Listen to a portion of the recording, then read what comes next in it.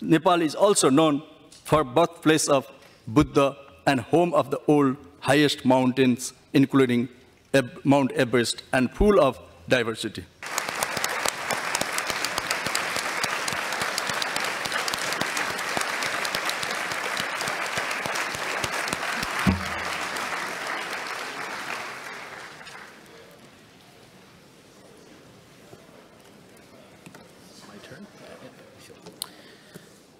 Thank you. The distinguished representative of Nepal.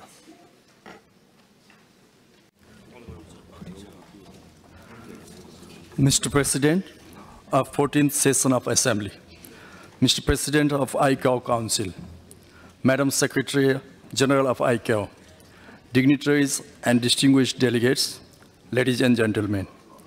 On behalf of Nepalese delegation and on my own, I would also like to take this opportunity to congratulate ICAO on completing 75 years of its tireless journey towards safer and better aviation. I feel much honored to address this 14th session of Assembly of this Global Aviation Forum. Just a month ago, Nepal had the privilege of hosting the 56th Conference of Director General of Civil Aviation of Asia-Pacific region in Kathmandu.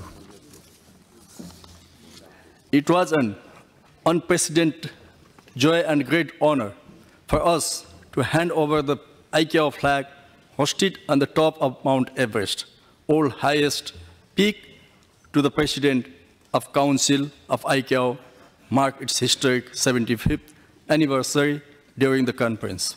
I believe the conclusion drawn from the conference will be instrumental in formulating contemporary policy and the future course of action plan.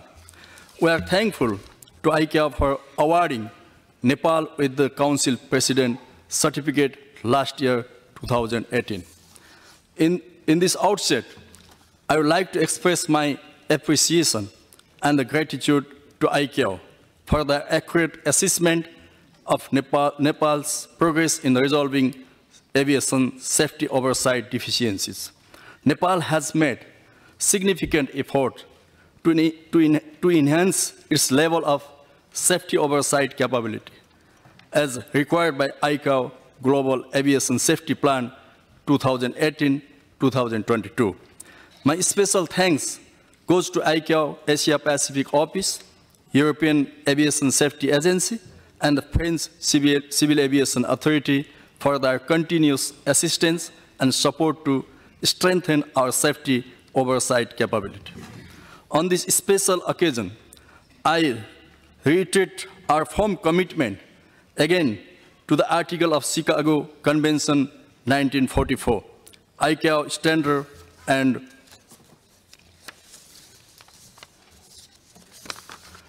recommended practice for safe, secure, economic, and environmental friendly aviation system around the world. In line with the ICAO guiding principle, Nepal has initiated an institutional reform process like separation of regulatory and operational functions currently being carried out by Civil Aviation Authority of Nepal. I would like to assure this forum that we will leave no stone unturned to make our aviation safe and advanced one. Despite our difficult geographical terrain, we have been able to reduce fatal accidents and number of fatalities significantly because of the additionally adopted safety measure.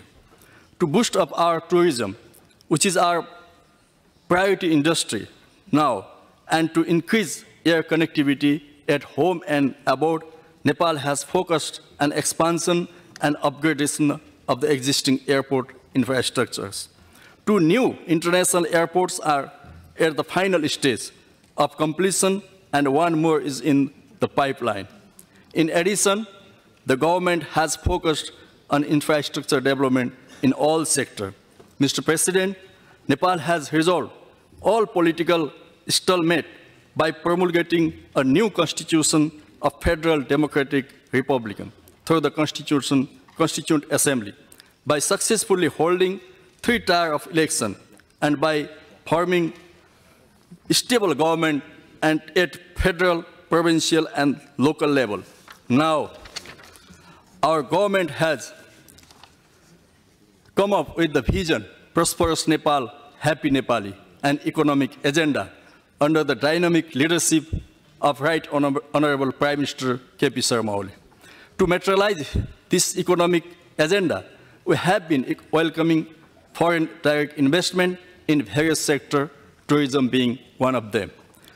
We have adopted a liberal sky policy for better aviation connectivity. Nepal is well known for its nature, culture, and adventure. Similarly, Nepal is also known for birthplace of Buddha and home of the old highest mountains, including Mount Everest, and full of diversity.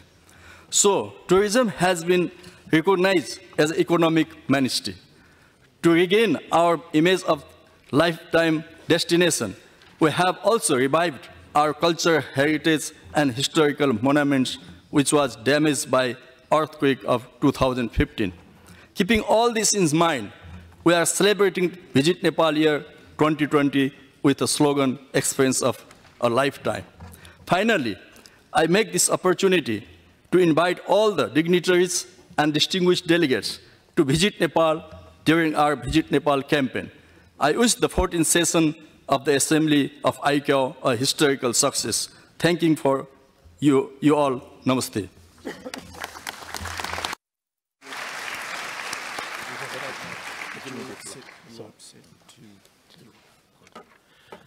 Thank you. President Aliyu.